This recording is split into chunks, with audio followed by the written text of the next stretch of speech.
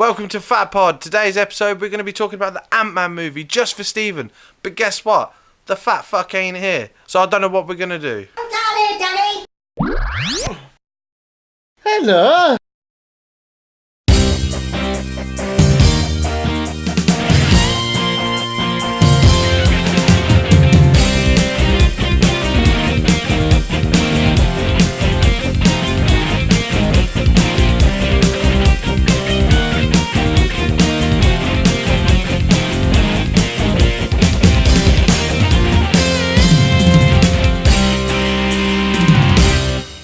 Yesterday we were talking about my favourite superhero, Ant-Man. Now, I got into Ant-Man when the film released in 2015. Really? That late? Yeah. Well, it was one of them things that all young people do when they watch a superhero film and they're like, oh my god, that's amazing. So I kind of watched it, liked it, and then I was like, I want to learn more. The obsession started with the film. That's amazing. I love that. The fact that you were like, I don't know who this character is, but I know he's a part of the MCU, the Marvel Cinematic Universe. I like him. But a lot of films are doing that, though, aren't they? A lot of films are doing that. Them films have brought in so many fans. It's unreal. Yeah. It's unreal. But sometimes I don't think they're fans. I think they're hipsters. No, exactly. I just think like we're going to say when we do our following episodes, we're going to start doing some MCU episodes. But I just think it's opened the doors for so many fans now that Marvel could literally just pull from the bottom of the barrel like they have done and just be like, well, here's Guardians of the Galaxy, and everyone's like, I fucking love Guardians of the Galaxy. Oh, did you see the soundtrack for that film? Yeah. Merch. It's just 80s songs. Yeah. And 70s songs. It's exactly, like, yeah. Exactly. Exactly. But yeah, let's go to Ant-Man though. Anyway, we'll MCU it another time. Yeah. Ant-Man. I first heard about Ant-Man in comic books. I actually read, when I was getting into comic books and working in a comic book shop, Secret Invasion was a storyline Marvel did. Mm. And that was my first real exposure to Hank Pym as Ant-Man. I can't remember the story that well because it's been probably about 10 years since I've read Secret Invasion. Do you remember the brief? Yeah, basically, in the Marvel Universe, the Skrulls have took over some of the dead heroes or heroes no longer around, and they basically cloned themselves to be these characters, and basically Secret Invasion. They've been secretly invading the the Marvel Universe. Yeah. And I have to give you it to read because I need to go back and read it myself. I can't remember it fully, but all I remember, there was one line. Two friends of mine are like, "You need to read this. This bit's amazing." And Nick Fury basically says, "You're not God," because the Skrulls are all like, "He loves you, and they think the meaning is he is God. And Nick Fury is like, I only got one God. And he carries a hammer, and Thor just comes down and fucking whoops ass. And I remember two of my friends being like, "Oh, that was fucking amazing," and all that. And me being quite naive to the Marvel universe, other than like the classic Spider-Mans and stuff like that. I'm just a bit like, "Oh, was that good? Was it?" That was a good moment, was it?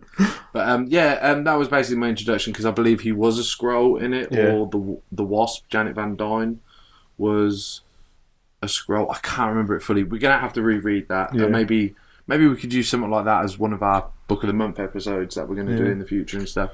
But I do know you've been reading, though, your favourite superhero. Finally, we've got Stephen reading, which is amazing. Which I don't do often. No. Let's hook it up about your favourite superhero, Ant-Man. Yeah, well, I've only got into... I think I've got up to like the third or fourth one at the minute. Third or fourth appearance of Hank Pym in the Ant-Man costume. Yeah. Obviously, the first one was just introducing him, written by Stan Lee and his brother, obviously. And Larry Lieber was on that. It's weird because I know of Larry Lieber, but I didn't know he had as much to do with Ant-Man as because it's Stan, Larry, Stan's brother, and Jack the King Kirby, the guy who pretty much drew the entire the artist who drew the entire Marvel Universe back in the 60s.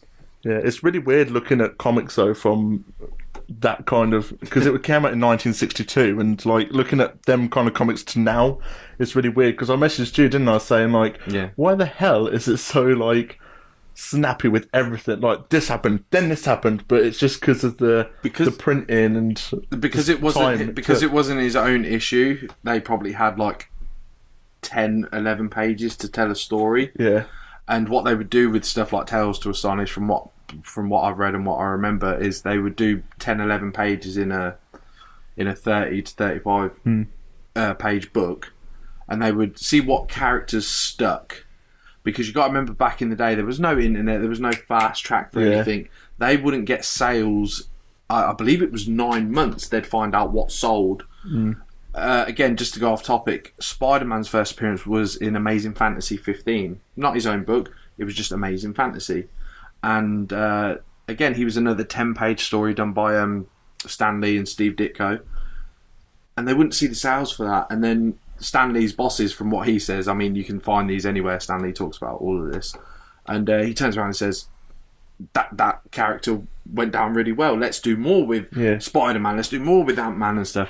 Because they did that with Ant-Man, actually, because they created the first appearance of him where he wasn't really the Ant-Man, say. He kind of was a scientist. He created this new formula where he can... It's still Hank, though, isn't it? Yeah, still Henry Pym. Yeah. Where he can shrink, and it's like, I'm going to try this on myself and just see what happens. So he does it. He shrinks down, then he goes outside, because in the comic it's just like, eventually... he's outside. It's just like, whoa! He finds himself outside. It's like Honey, I Shrunk the Kids. Rick Moranis is there fucking looking for him. With a magnifying glass. Scott Lang's appearance, front cover. It's like, where's Wally, but fucking Ant-Man. Where's Waldo? Sorry, Waldo. Sorry, we live in the Uck and it's Wally. Yeah. But, he's outside. Yeah, and he sees like this massive group of ants, and he's like, oh no, they're going to beat the shit out of me. So he hides in the anthill, and exactly. when he goes in, he falls down this hole and lands in like a massive patch of honey. And an ant sees him and is like, I'll help you. So that's a sticky situation right there. Yeah. And obviously the ant doesn't actually say I'll help him, he just walks up and helps him. Oh, really? What, do they call it Pym Particles in the first appearance? They don't actually call it the Pym Particles, no.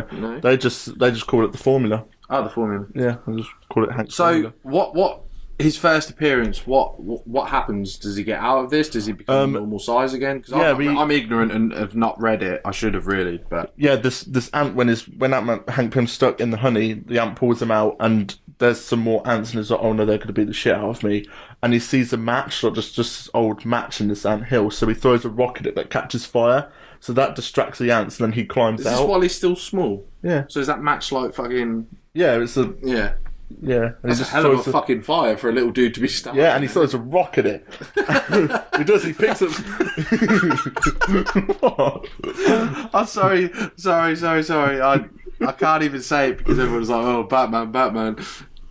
In the animated series, there's an episode where you've not got it. It's a spoiler alert. There's an episode where the Killer Croc's like, "I threw a rock at him." He just reminded me of that. I'm sorry. Perfect. Yeah, you just reminded me. Exactly. So he threw a rock at it. Yeah, and it caught fire, and the ants didn't obviously go towards it, so he kind of found a way to escape. And the same ant that poured him out of the honey assisted him to get back to his lab. And on his lab, the formula to help him grow back again was on the windowsill, so the ant climbed up the side of the wall. He climbed into the test tube and he grew. Yeah. He got back to normal size. Is that Anthony? No, I don't think he's mentioned. I can't imagine they named him in his first appearance, but yeah. we could imagine that's Anthony. His favourite ant that looked after him. And then when he grows back, he thinks that the formula's too kind of dangerous, so he puts it away. And then obviously in the second appearance, which is a year later, that's when Stanley was kind of like, yeah, we've made this character, he's cool. But then other people were like, we want more, we want to see more. Yeah, I imagine Jack Kirby then come up Yeah. with costume design and stuff. Yeah, and then when later on, and what I loved about the second appearance is that they actually described the whole outfit. Like they did a box where they had the helmet, and they were like, "This is the transmitter, this is the receiver, this is what happens when that goes to that." And I'm like, "That is good." In them old comics, they would do that a lot with heroes. Yeah. Spider-Man, there was a page in one of the early issues where it would say all the different kind of webs he could make. Oh, really? And it'd be like a web baseball bat and stuff, and like the web netting under his arms and stuff, and a web parachute. It was brilliant. It did explain like, so in future issues, you know, Spidey can do this. Wink, wink. Do you know But what I mean? they keep hinting at it as well. It's like when it says about he uses the transmitter to talk to the ants and whatnot, and then it's like editor's note. See issue like 35 to be informed of what Marvel it does. are really good for that. I And it's remember like- reading a fucking graphic novel called Maximum Carnage, obviously about the Spider-Man villain Carnage. And the first issue, it had an editor's note. I can't remember what it was, something to do with Harry Osborn. And it says, see Spider-Man issue, blah, blah, blah. And it says, Danny. And I was like, this book is fucking talking to me. He knows my name. This book is talking to me. Do you know what I mean? Dan. No, Stan weren't on them. Fucking hell, this is like 90s. Late 80s, early 90s. Oh, right. But, yeah, sorry. I keep jumping on your balls about Ant-Man. So, second issue, he finds out his costume. Yeah. Does he have an adventure, a villain? What's going on? Yeah, he has Comrade X, who goes, whilst he's still working on this formula. Is he a porn star? Comrade X. It sounds like it, doesn't it? Stanley was Turns like, into Magic Mike. Stanley's like, I know. Comrade X. Excelsior! Goes into Deadpool. Oh, let's not talk about him yet. Later. Yeah. I haven't got my vape or my glasses. So, yeah, he creates a suit and it explains what the suit can do. And Comrade X, the government has asked Hank Pym to make this thing to stop radioactive gas going around kind of thing. So he gets a bunch of scientists, they work on it, and Comrade X is with another company, but I couldn't work out what it was. I think I might have to look into that one a bit more because it was really confusing how they did it. For a 60s comic, fucking hell. Yeah. And this other company wanted it. I think it was just like this non-governmental group wanted it. And so they went and got it, and Hank Pym was like, I'm not having this shit. So he gets the Ant-Man suit and he gets his horde of ants and he's just like, attack them. So they just all start biting at him. They start biting at Comrade X and all of his little henchmen and whatnot, and then they... Are these little, obviously because they're ants? Yeah. And is Comrade X like big size? Yeah, they crawl up and they start biting at him and stuff, and it's like, That's fucking evil It's for like, 60s comics. Exactly. But that's evil for like 60s comics though, man. They Like, started biting on them, and then they were just on the floor, like, in the comics, they were on the floor just getting bitten by ants, and the police come in and just take them away, and they're like, thanks, Ant-Man. the police could do everything in the 60s. Just everything. I just like how Ant-Man hasn't even been introduced. Well, it does it with most superheroes, doesn't it? When they're like, they don't get introduced to the cults, but they do one good thing, and they're like, thanks. It's like Batman, just one good thing. Bat signal, thanks. But Spider-Man never did. Spider-Man took a while to become a hero. So much so that in the early Daredevil and Spider-Man comics, Daredevil was like, no, this dude's a bad guy. He's a vigilante or whatever. Well, so's Daredevil, but yeah, I mean, they used to fight and stuff, like back in the day, 60s again, I imagine. But it's just, don't you think it's shocking how Ant-Man is such an unknown character? He's not a household name, but he is now because of that film. Yeah. And when you were saying about Hank Pym, you know, putting away the stuff, no, this is too dangerous in the first appearance in Tales to Astonish 27. Yeah. They actually use that in the film then, because Yeah, they do, Hank's like, no, fuck this Ant-Man stuff, it's fucking But obviously way too they dangerous. do it for a different reason. They do it because spoiler alert, his wife got in the accident or whatever she did. I can't remember what happened to her. Yeah, she went too far, too small. Yeah. But yeah, I just think it's really good how they're like, right, we've got to make it for a modern day, but let's put, you know, the old twist on it. But what I like about Hank Pym as well is that he's the cause for everything in Avengers. Yeah. and everything like that. Because obviously he created Ultron, that fucked up. He created Yellow Jacket, that fucked up. He just created loads of different characters and personas, and he just fucked them all up. But don't you think it's weird then with the MCU the way it is, how they... Because Ant-Man, I believe, was straight after Avengers 2, Yeah. if I remember rightly. Could they have not saved it for one film and been like, let's bring in Hank and, Scott, and let Scott and Hank in the Avengers sort of create That would have Ultron? been cool. It's like, Along with Tony's help, obviously. But I've said to you before, like, if they re-release the MCU when all of the contracts end, I hope they do it. And now that Fox has got... No, Disney's got Fox. Mm-hmm. Is that right? Yeah. Yeah. Disney own everything. Yeah, pretty much. It would be nice to see the original storyline. But would it, though? Because we've come so far in the MCU now, everyone is so... But there'll be a point where all of the actors have to end their contract, like Robert Downey Jr., Chris Evans, they're all... I don't think you guys can cope with reboots, though. You Marvel guys can't cope with it. No, it is true. It's... Because people go, that was shit. The other one was so much better. You guys will have 20-odd films by the end of it all that are near enough all the same actors. It's a very good storyline and a plan they came up with to make these films with these B-list characters. Because when they started, obviously, like we'll get into, they didn't have their major guns and stuff. But it's like, wow, if this gets recast, you lot are gonna fucking cry. Could you imagine anyone else being Iron Man or Thor or Cap really. at this point? You can't actually picture it, can you? No. So I'm used to reboots. I'm a Batman fan. I've had several. I've had several reboots. Loads. Exactly. I'm used to this. I'm like, Batman fans are like James Bond fans. We're used to the change. You Or Doctor Who fans. Yeah, you fuckers ain't. Yeah. You Marvel people, you're like, oh my god, they changed Rhodey. Oh my god. It's not the dude from Big Mama's house.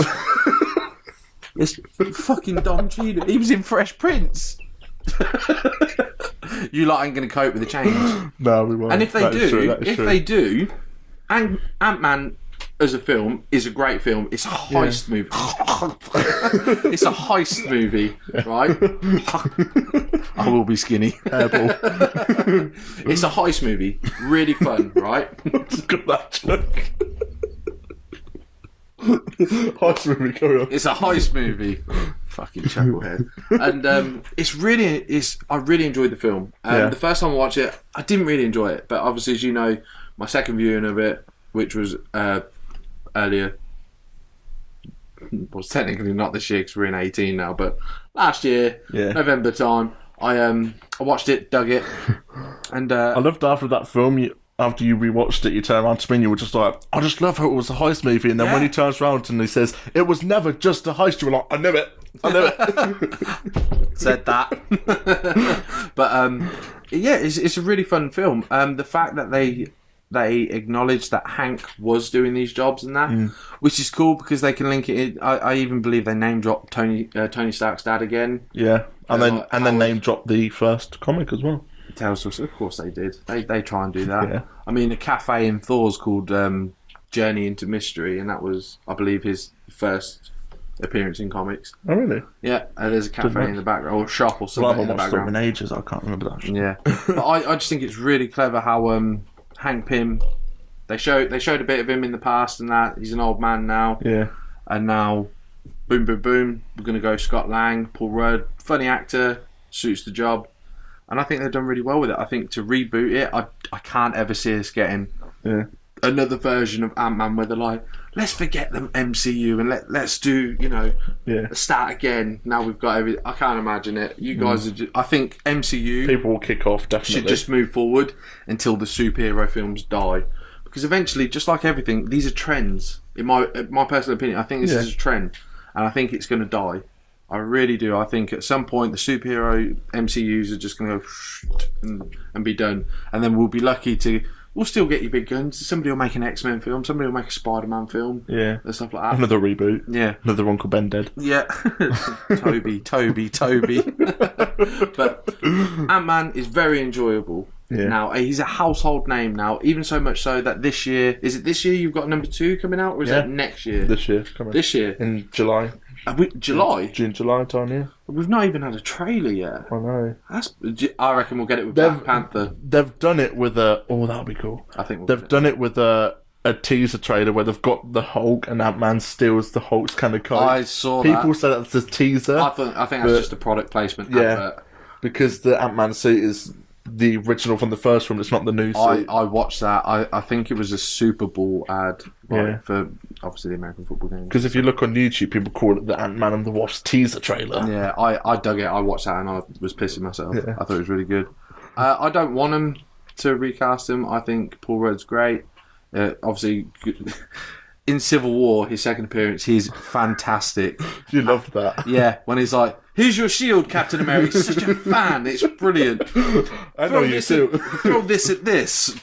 I thought it was a fire. I thought it was a water truck. Yeah, I think it was really. And your good. favourite bit when he goes to Giant Man, it's like, oh. When he turns into Giant Man and grabs War Machine and he's like, oh, fuck it. That bit fucking kills me every time I see it. But I think he's really good. Last we left Ant-Man in the films, he was locked in the prison. Is that right? Yeah. The end of Civil War. Yeah, So- it was, yeah. Is Wasp and Ant-Man set in between Civil War and Ant-Man, or is it set? That's actually a good question. I Is don't know. Steve broke him out and he's done an adventure? If so, does that mean he's a fugitive on the run? Well, that's actually quite weird because you think about the Infinity War trailer, they haven't got any of the people that were on Captain America's side in there. The only one I remember seeing was Black Widow, Black Panther. But she's just on Iron Man's side. She just... Yeah, but she's with Steve in the Infinity War trailer, but she's got the white hair now. Oh, yeah, she does, doesn't she? Yeah. And they're all running, because I remember that funny bit where Black Panther's like, "Get this man a shield." Get this man a shield. It's fucking brilliant. But, so what's Ant-Man doing going into number 2? Is it... Although, actually, saying that... Is it after Avengers, this film coming out? What's Avengers? Is Avengers July? June, July?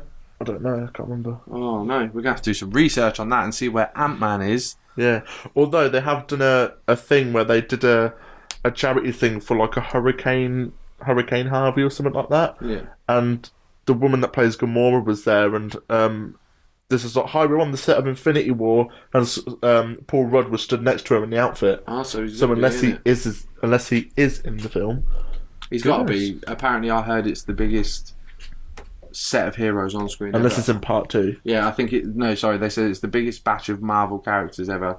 Something in the 60s, they said, like 60 odd characters. I just don't want it to be a clusterfuck. Do you know what I mean?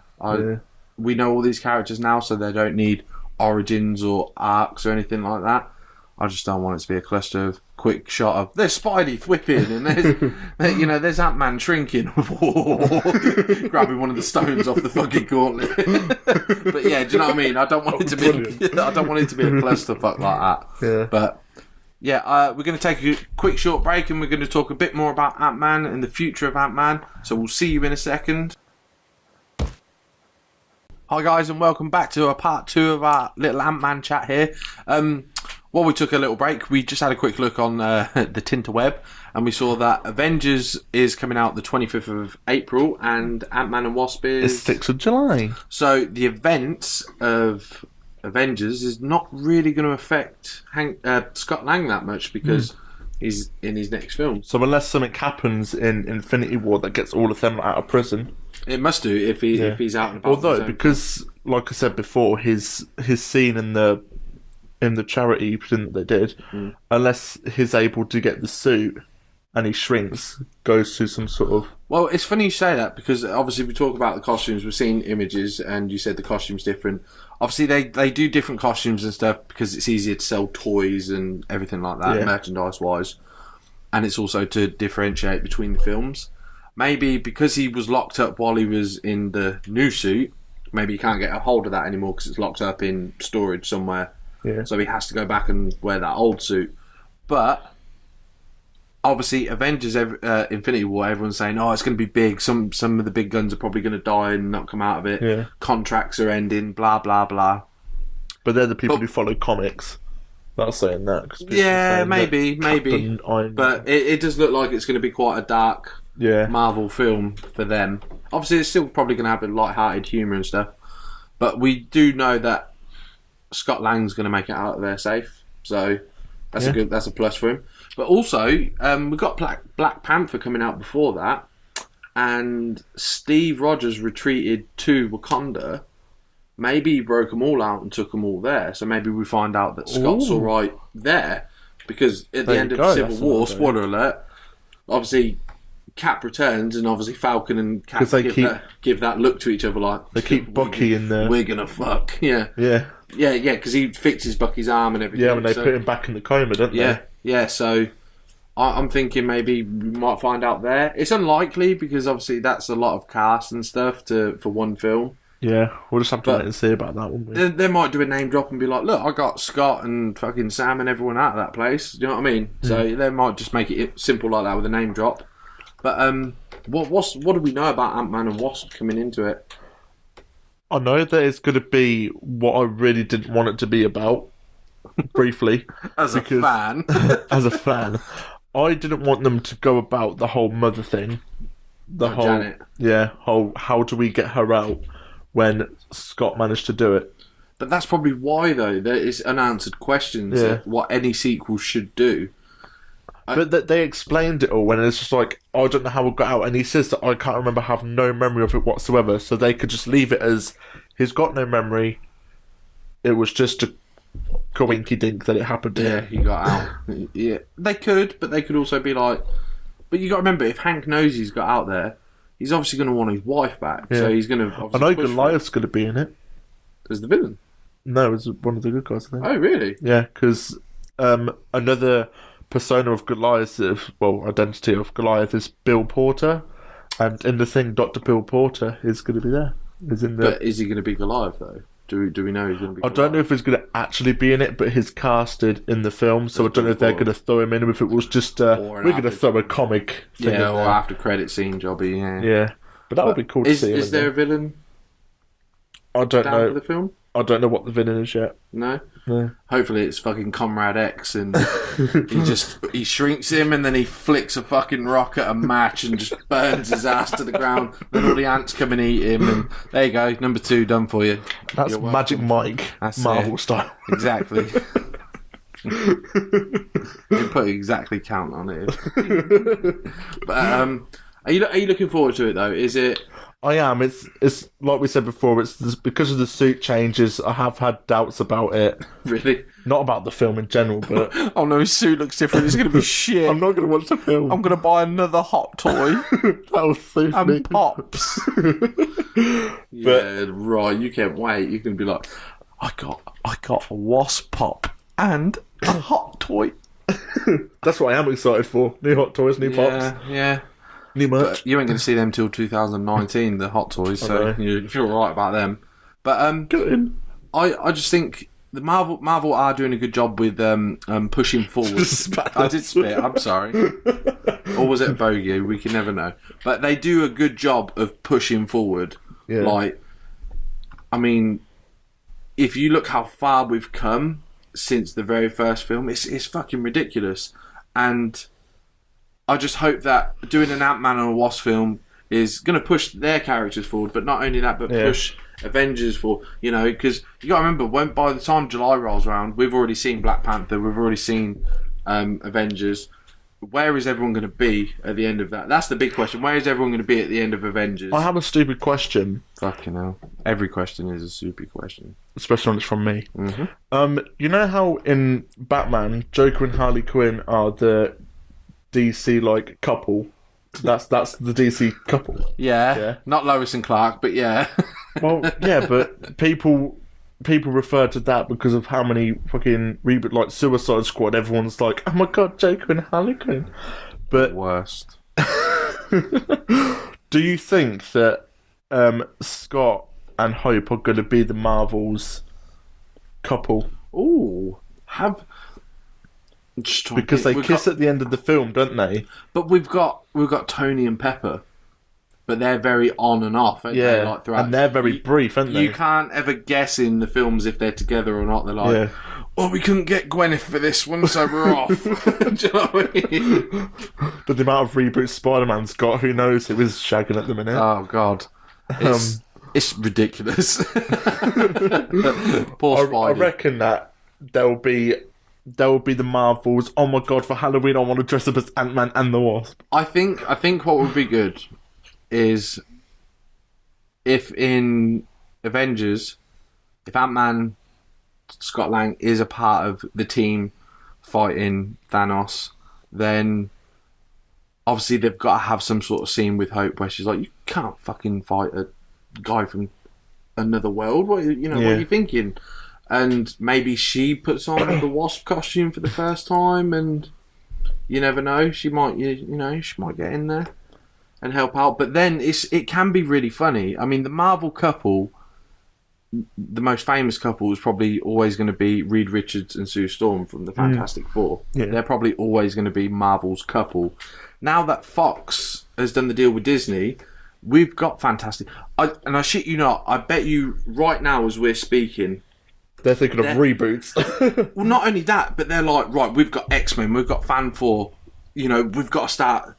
After credit scene is going to be Silver Surfer doing something. Do you know what I mean? They are clamouring around now, because that's the thing.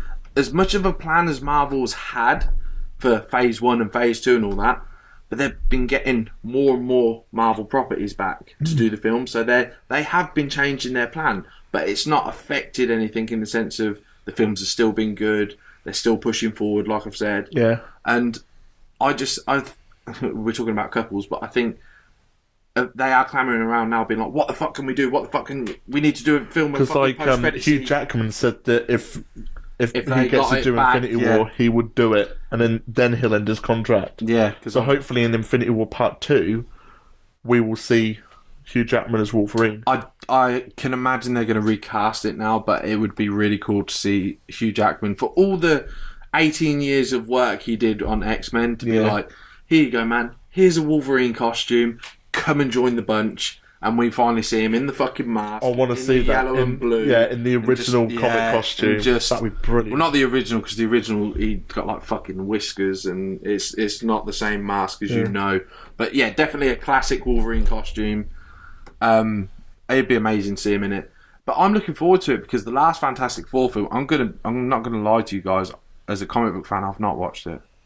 And the latest one? Yeah, I think it came out 2015, 16, something like that. I've not watched it. I'm really sorry to hardcore fans, but it was shockingly shit, in my opinion. There's many Fantastic Four hardcore fans out there. I think there are fans out there, of course, but Marvel don't do everything right like the fans claim, but they do so much well and so little poor that they forget about it. The pros outweigh the cons as far as Marvel films are concerned.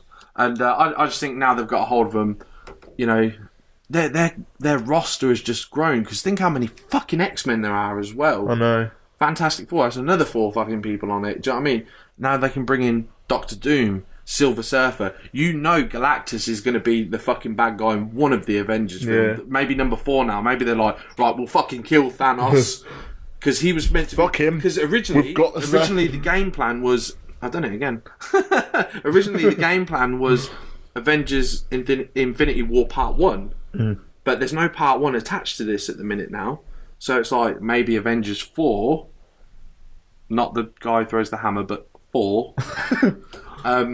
Maybe they're going to be like, Galactus, we'll do fucking Galactus. Big purple fucking dude stomping on everyone, eating fucking planets, Silver Surfer. Jobs are good, and bring in the Fantastic Four. Maybe they're clamouring now to be like, we need to make a quick Fantastic Four film to keep in our universe and stuff. Maybe, we don't know. We've gone way off Ant-Man. We have. I do apologise, but it's fine. It's very rare that I get to talk Marvel, because I'm so much in DC's world with comic books and everything. Going back to the costumes though, it's a shame that they don't relate it kind of to the comics. It's like the only one that I saw that I was like, yes, comic book, was Doctor Strange. That I was like, that is brilliant. I'm going to disagree with you, because Marvel have done a really good job with their films to actually keep these guys in costumes. Again, the Spider-Man costume is probably the best Spider-Man costume we've seen. Oh yeah. Other than, I'm not a fan of the weird black bits he's got going on, like the leather black bits he's got. But it doesn't bother me. It's red and blue. He hasn't got big raised silver webbing like Tobey Maguire had. He's fat, man. I'm a fat dude, but when I see that dude in a tight Spider-Man costume and he's got 7 double chins and he's like, they love me, it just makes me fucking cringe. Do you know what I mean? He's the worst Spider-Man And ever. it's when he screams as well, and you just see all of his cheeks are like. That train sequence where he's like, somebody's put like a plate glass on, he's like, you know what I mean? That is awful. Awful, man. That would have been, me and my friends have spoke about this before, that would have been the best Spider-Man cinematic scene ever had he not took his fucking mask off. That train sequence killed you, isn't it? It's fucking done. It's what he does, so doesn't it? And when the train conductor has a go at him and he's like, oh, you got any more bright ideas? He's like, I got a few, yeah. It's like, Toby's like the worst, man. We won't tell anyone. Bullshit. You're going to tell your fucking classmates. If you like had camera phones, you'd all be like, some fat kid Spider-Man. He's not a boy though, he's like 35. Instagram, hashtag Spidey. Hashtag seen him crying at Mary Jane's new concert. Do you know what I mean? But yeah, so again, we've gone way off costumes. Oh, that was fucking brilliant. Marvel have done a really good job with their costumes. Yeah. I don't think Ant-Man's helmet, all red onesie with obviously his blue gloves and gimmicks and all that on it, I don't think would cut it. I think what they've done with the costume's really good. It looks tech, but also the first costume looks like tech that was made in the 40s, 50s, 60s, whenever it was made during the Howard Stark time. Looks really good. I've built up a wall with costumes now because you got to, again, Batman fan. I've seen so many different movie costumes. Yeah, they've never got it spot on. They're getting closer now with Batfleck, but they're never going to get it spot on. Stuff that is good on the paper doesn't look good on film. We've heard this a million times. Do you know what I mean? Yeah. We look back at Christopher Reeve's Superman now, and even though that is the only comic book costume that is spot on, we all sort of he's in tights, he's got red pants, and at least he doesn't have a fake moustache. And so he looks a lot like that. But yeah, I think we would giggle. We would giggle now. It would be a bit that's stupid. But the Ant-Man costume, I dug the first one. I didn't really notice too much difference. All I thought was the helmet was shinier, but it weren't until I had a really good look at your Hot Toys, and I was like, oh, fuck me, they're quite... Because I'm going to draw them for my art stuff I do. I was like, they really are fucking different. Really different. But...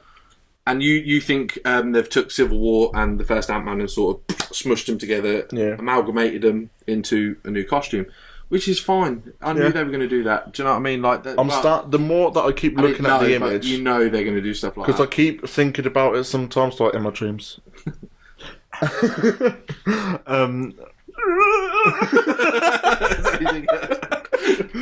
You're going to jerk off to Toby on the train, aren't you? Old Toby Maguire. I want to watch that film now just to have a giggle. You put me on what I was going to say. Costumes. Yeah, when I keep looking at it, I'm starting to like it more and more. The only one that is bugging me at the minute is the Wasp, because obviously at the end not yellow? No. At the end of the film, of the Ant-Man film and the after credit, it's the black and yellow suit like it is in the comic, and I was like, yes, digging that, but it's like you said, that was Janet Van Dyne's one. Yeah. But was it though? Because when you see the flashback, what happened to her? She was in a woman Ant-Man costume. She was just in the same costume but with wings. Yeah. So I wanted that to it. Hopefully we get the black and yellow costume for Wasp, and that'd be great. Yeah. They've made it like black and blue or something like that. Is it black and blue? It's weird. Black and yellow. But because they did black and yellow with Yellow Jacket as the bad guy. Black and yellow, black and yellow. But yeah, because they did that with Yellow Jacket, maybe they don't want to confuse fans and make it think he's a bad guy, stuff like that. Because, you know, the hipsters, they'll be seeing it through their vape, being like, weren't he the bad guy in 2? Exactly. But again, we're buzzing for Ant-Man, Avengers. And I'm seeing the 12 o'clock viewing if you want to join us. Yeah, I'll hit you up with the midnight viewing of Ant-Man. Yeah. And Avengers if we can do it. Yeah. Because it's an event. And you got to go see them early now, because if you don't, every fucker spoils them for you anyway. Do you know what I mean? So it's like, Online, like, no spoilers, but this happens. This is a spoiler alert, so if you want to skip the video towards, because we're nearly at the end anyway, so please don't come down on me like a ton of bricks if you haven't seen it already. I've not seen it, but this is what I've heard. So skip ahead 2 minutes as of now. Some fuckers spoil Star Wars for me. I've not even watched it. Do you care about spoilers? I'm not even in the new loop yet of Star Wars. They're like, oh, Luke died. I know about that. I knew about that. I was like, thanks, internet. Yeah, Luke died. He got ripped in half or something. And I was like, they love ripping people in half in them fucking Star Wars films, don't they? Do, yeah. Or turning them into cloths and just watching them go down in one bit. But anyway, if you skip past 2 minutes, that would just spoil a bit. It won't even 2 minutes, probably about 30 seconds. So we'll probably wrap that up there because we've got, I think we've covered a nice bit. You're going to continue to read Ant-Man? Yes. Yeah. So expand my knowledge on the best Marvel hit. Yeah, maybe. But anyway, guys, this has been us talking about Ant-Man on the Fat Pod. Also, just to let you know, we are doing a Marvel Cinematic Universe series. So we're going to do a massive broad... review on the individual films. Yeah, so hopefully up to Infinity War. Yeah, we're going to try and lead it so it gets to Infinity War. Yeah. So we're going to probably try and do 1 or 2 a week and get ourselves up to Infinity War. Yeah. So overall, we'll catch you in the next one, and we'll see you later. Exactly.